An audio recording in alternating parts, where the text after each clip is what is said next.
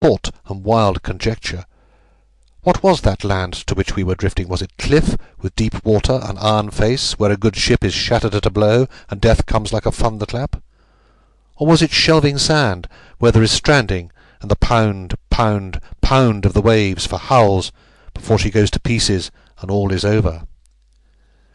We were in a bay, for there was the long white crescent of surf reaching far away on either side till it was lost in the dusk, and the brig helpless in the midst of it. Elzevir had hold of my arm, and gripped it hard as he looked to larboard.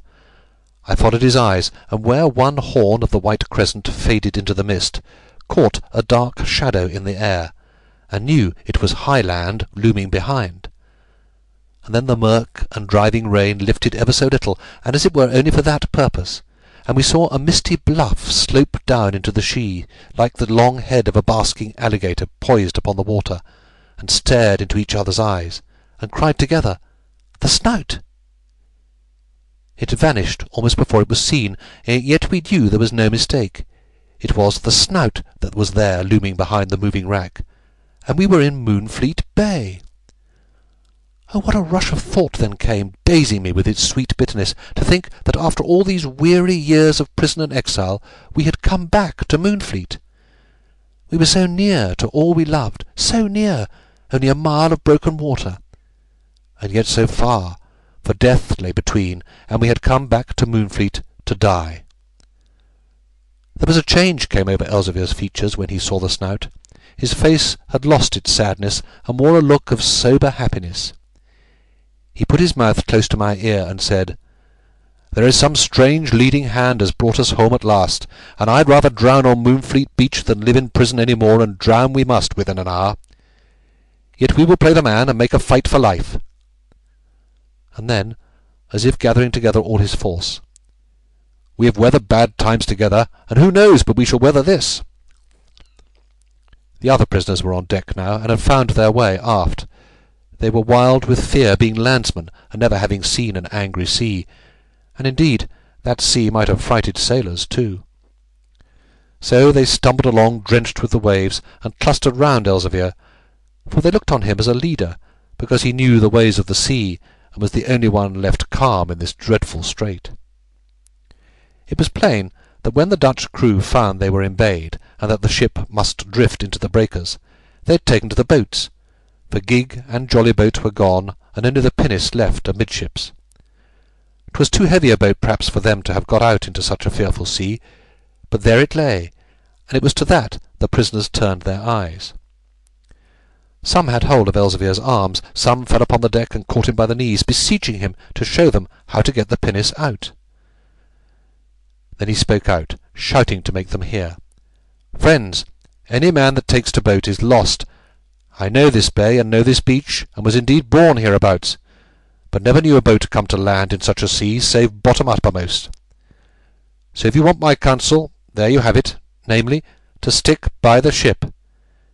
In half an hour we shall be in the breakers, and I will put the helm up and try to head the brig bows on to the beach, so every man will have a chance to fight for his own life, and God have mercy on those that drown."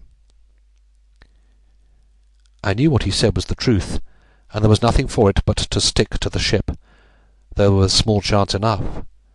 But those poor fear-demented souls would have nothing of his advice now 'twas given, and must needs go for the boat.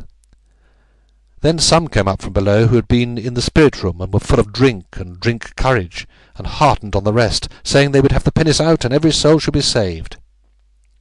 Indeed, fate seemed to point them that road, for a heavier sea than any came on board, and cleared away a great piece of larboard bulwarks that had been working loose, and made, as it were, a clear launching way for the boat. Again did Elzevir try to prevail with them to stand by the ship, but they turned away, and all made for the pinnace. It lay amidships, and was a heavy boat enough, but with so many hands to help, they got it to the broken bulwarks. Then Elzevir, seeing they would have it out at any price, showed them how to take advantage of the sea, and shifted the helm a little, till the Aurungzebe fell off to larboard, and put the gap in the bulwarks on the lee. So in a few minutes there it lay at a rope's end on the sheltered side, deep laden with 30 men, who were ill found with oars, and much worse found with skill to use them. There were one or two, before they left, shouted to Elzevir and me to try to make us follow them.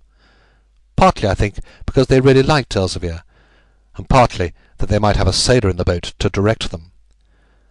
But the others cast off and left us with a curse, saying that we might go and drown for obstinate Englishmen.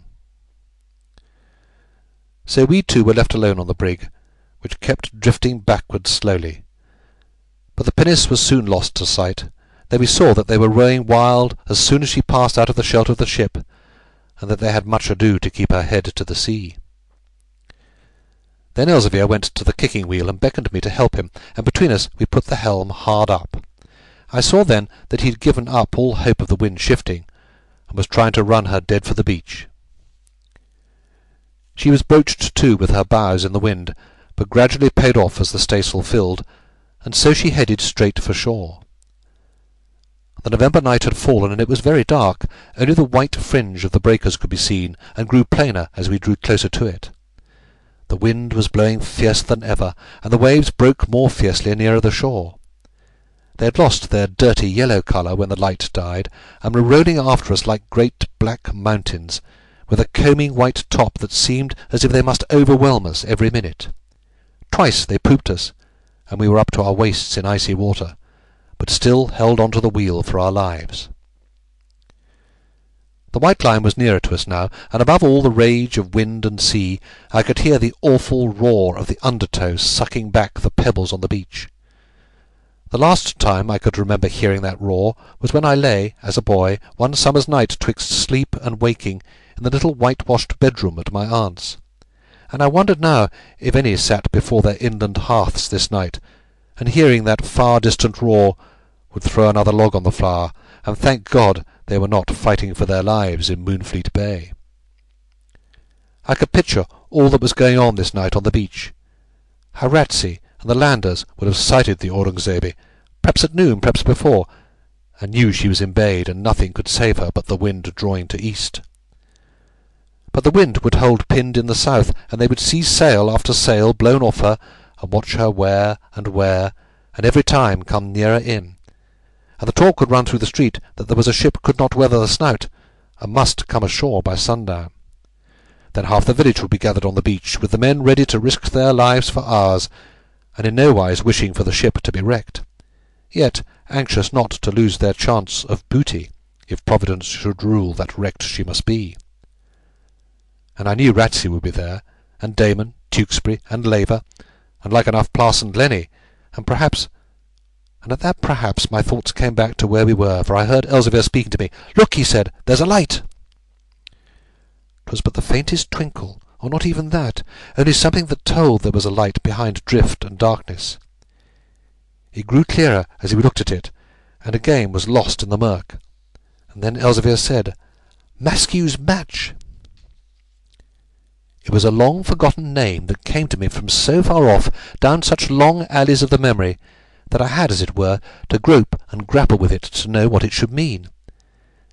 Then it all came back, and I was a boy again on the trawler, creeping shorewards in the light breeze of an August night, and watching that friendly twinkle from the manor woods above the village.